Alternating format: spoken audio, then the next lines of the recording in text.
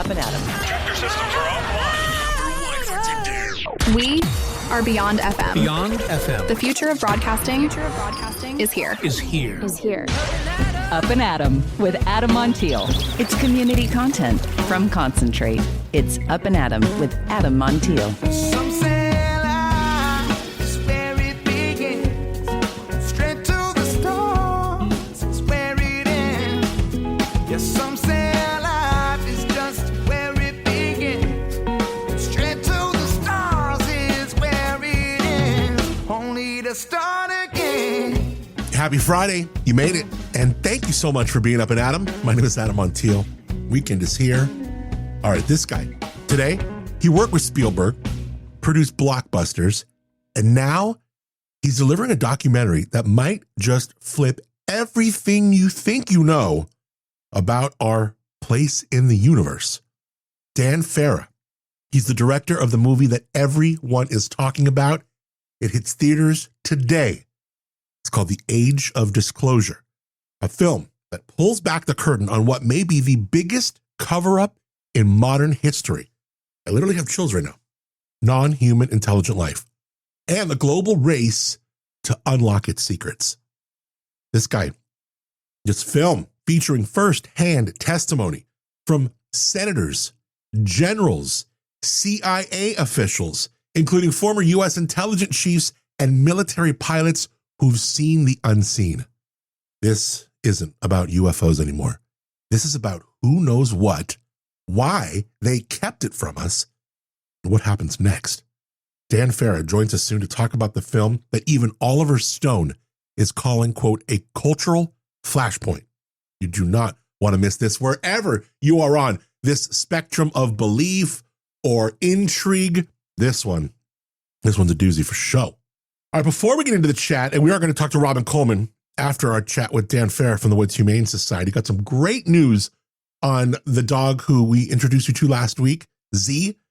Yeah, well, you already know the great news. You can already guess. So we'll tell you all about that coming up when we talk to Robin Coleman like we do each week. But I got to tell you, Jingle Jam, tickets on sale right now. Have you gotten your tickets to Jingle Jam yet? I would love to see you Thursday, December 11th. Libertine, downtown San Luis Obispo. Here's the plan.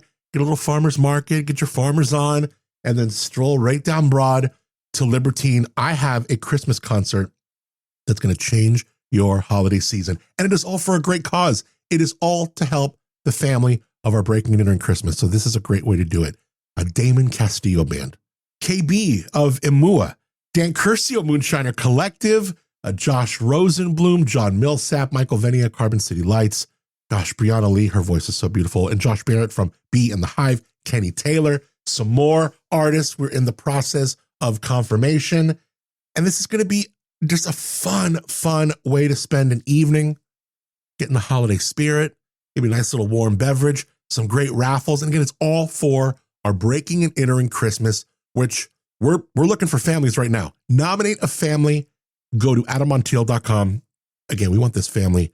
A family who's had a really tough year, an impossible year. Do you know of a family who, by all accounts, they're not thinking of Christmas? It's not even in their purview. It feels so out of reach. And for that family that it feels out of reach, because of you, we make it happen. We bring in a Christmas tree, presents for the kids, money for the tree, food for the kitchen and for the fridge. It's really a special time, and it's all because of this community. The way that this community engages is incredible this time of year for our Breaking and Entering Christmas. Much thanks to KSBY for a little coverage yesterday. Check it out. If you know a Central Coast family that could use some extra help this holiday season, nominations are currently being accepted for Breaking and Entering Christmas. It's an annual event where community members rally around a local family that's had an especially difficult year and deliver them some Christmas magic. Adam Montiel, host of the podcast Up and Adam, has been putting on Breaking and Entering Christmas for the last 12 years. We caught up with him today to learn more about this year's event.